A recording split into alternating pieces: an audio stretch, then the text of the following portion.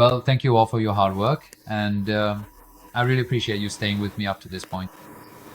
In this section, I want to present to you one of the latest projects I've completed and show you that with the knowledge you've gained from these tutorials, you can do the same.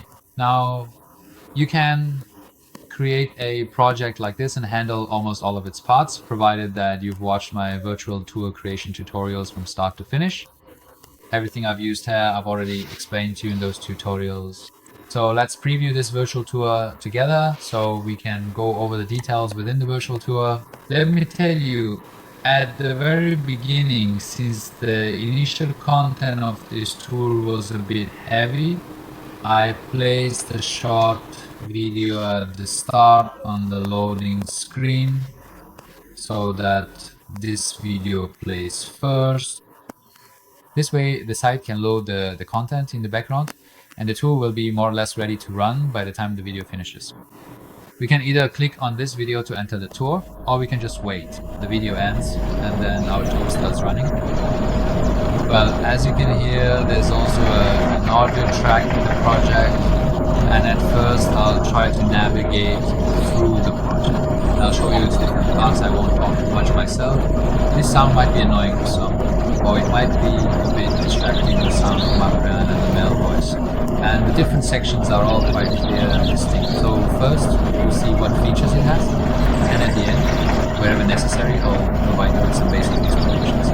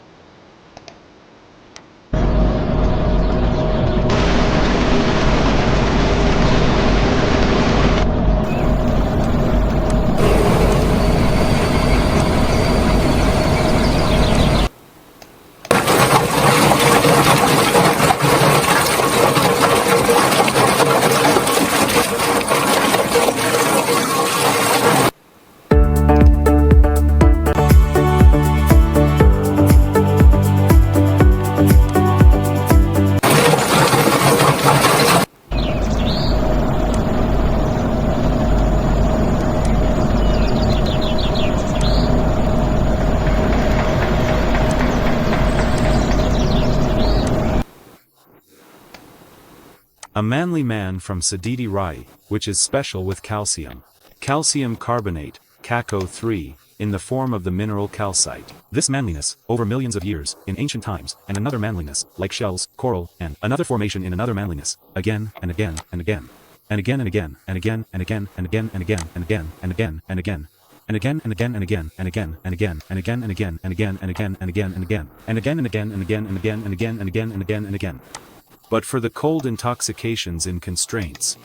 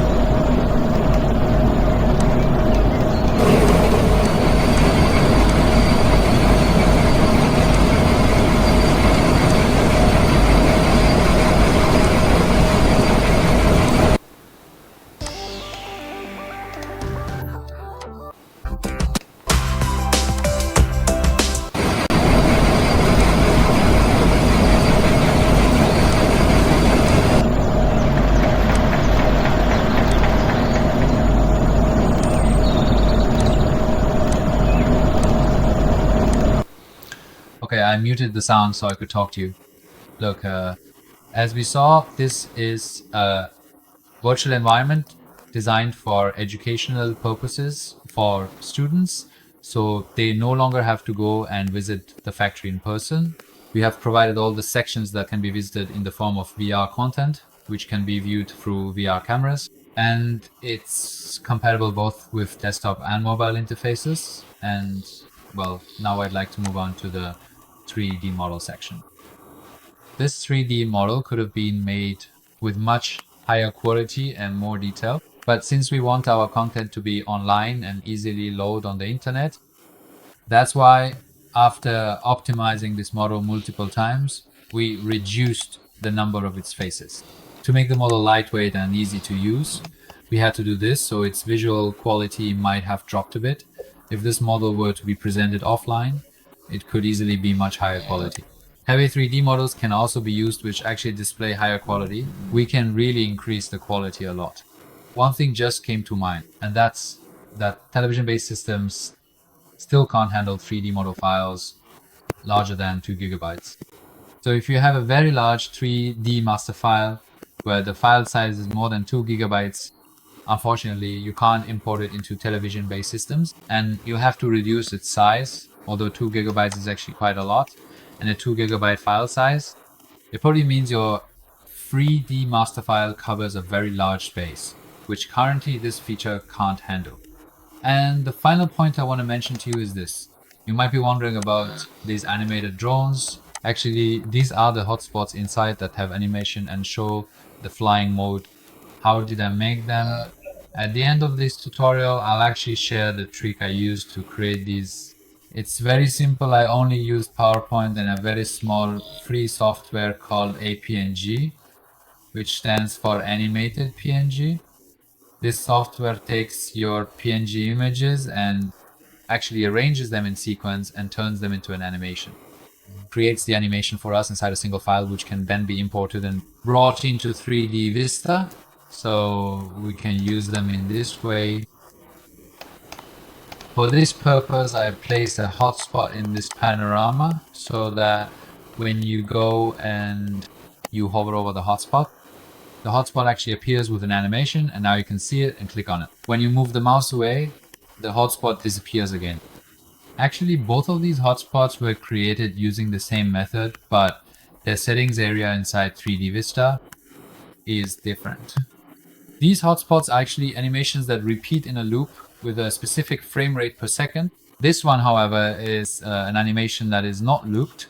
It plays once from start to finish at a specific frame rate, and it has a rollover proper, meaning when we hover over it, it becomes visible, and when we move the mouse away, it hides.